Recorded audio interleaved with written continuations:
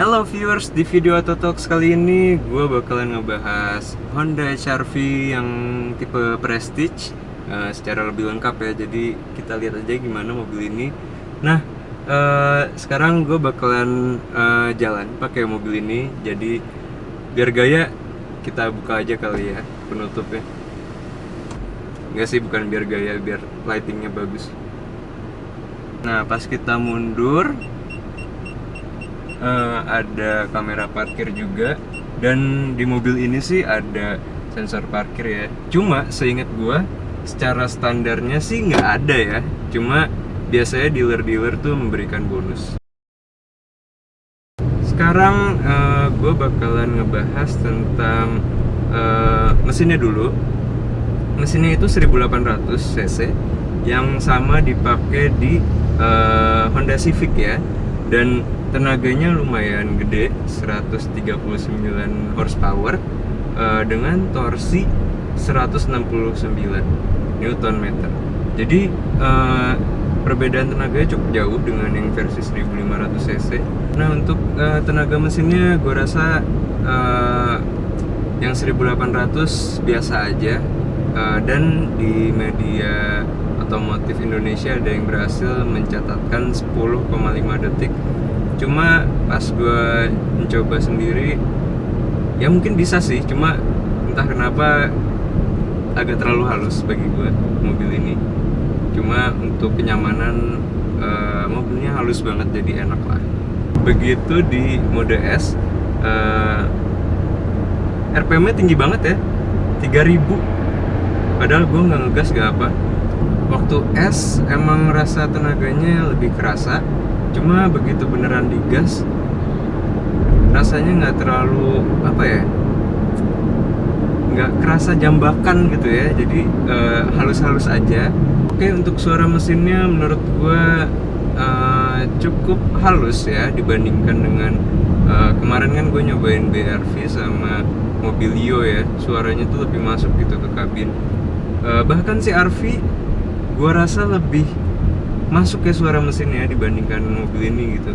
Nah, mobil ini tuh halus banget, suaranya nggak kedengeran apa-apa juga untuk mesin ya. Cuma untuk gangguan suara dari luar sedikit masih masuk, walaupun masih wajar bagi gue, masih tetap nyaman lah. Soalnya suara dari luar yang masuk tuh biasanya dari motor yang knalpot free flow gitu ya, jadi berisik gitu ya. Cuma masih wajar lah itu. Untuk konsumsi BBM-nya, gue ngeriset dulu sebelum gue pakai mobil ini untuk tes gitu. Nah, selama gue pakai, emang kebetulan nggak ada kemacetan. Gue bisa dapat 15 km per liter, dan gue udah berjalan 14 kilo. Jadi dengan tanpa ada kemacetan, mobil ini bisa 15 km per liter. Oke banget sih. Waktu gue lagi nyetir mobil ini tuh ada yang unik.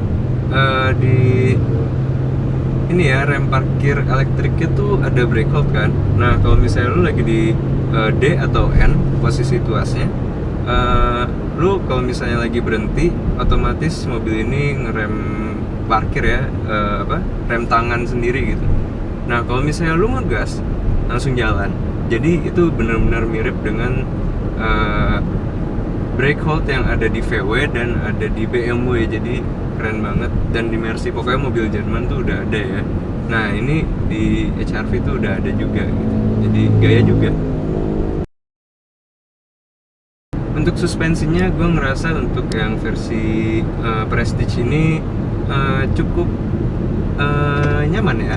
Lumayan terasa lebih enak dari yang 1500 cc. Soalnya gini, gue tuh waktu itu pernah nyobain yang versi 1500 cc, tapi sayangnya gue nggak nyetir, jadi gue jadi penumpang doang.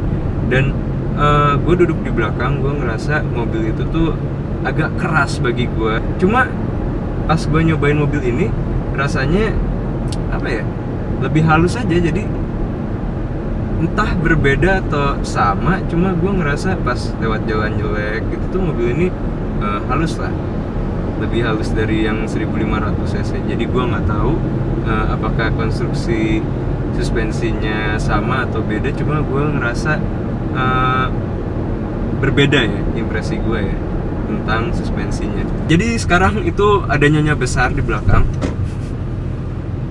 Nyonya besar berkata duduk di kursi belakang itu cukup nyaman. Untuk mobil Jepang tuh guncangannya ya walaupun kerasa cuma oke dibandingkan dengan mobil Jepang yang lain ya.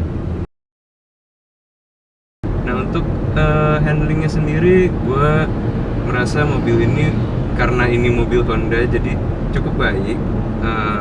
Honda juga selalu bilang kalau misalnya mobil mereka tuh lebih sporty dari mobil lain, alias lebih sporty dari Toyota ya. Soalnya mobil lain tuh yang saingan dia ya Toyota. Emang Toyota lebih ini sih lebih untuk kenyamanan atau durabilitas, sedangkan Honda itu lebih sporty gitu ya. Jadi mereka menawarkan keasikan berkendaranya. Nah, ini dia pertanyaan yang sebenarnya.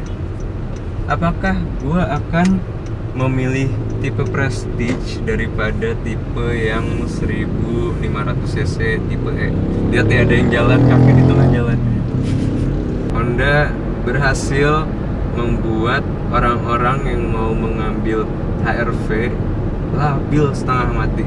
Kenapa? Soalnya yang Prestige harganya jauh banget dari yang tipe E, tapi yang Prestige-nya jauh lebih keren.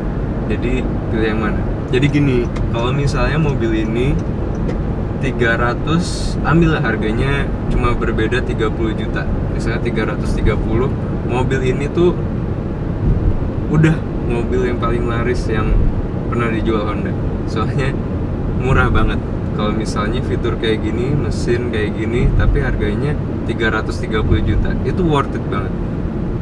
Atau 300, pokoknya di bawah 350 juta mobil ini kerasa sangat worth it. Cuma harganya itu sekarang udah menyentuh 370 juta. Itu yang bikin gua tuh galau setengah mati. Kalau misalnya harganya di bawah 350 juta, gua milih ini secara yakin tanpa ada galau-galauan.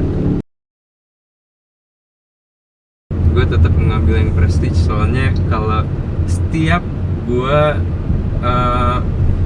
kalau misalnya gue pakai yang 1500 cc yang tipe E ya, setiap gue di jalan ngeliat yang Prestige gue nyesel. Tapi sesuaikan dengan budget ya, kalau misalnya lu butuh HR-V gitu ya, cuma budgetnya tuh 300 juta ya, lu mendingan ngambil yang tipe E ya. Oke, sekarang kita bicara tentang rating. Rating yang akan gue berikan adalah 7,5, karena mobil ini excellent banget fiturnya, banyak banget gimmick gadget-gadgetnya. Pokoknya mobil ini oke banget. Cuma kalau misalnya harganya wajar, gue akan ngasih 8,5. Tapi ya gue apresiasi sih, mobil ini emang bagus. Jadi selamat Honda. Gue rasa gue udah cukup banyak cerita tentang Honda HR-V yang Prestige ya. Jadi kalau misalnya lu suka sama video ini, like. Dan kalau misalnya lu pengen konten tentang otomotif juga bisa subscribe juga. Makasih banyak udah nonton. Kita akan berjumpa lagi di video gue yang berikutnya, belum tahu apa. Jadi subscribe ya.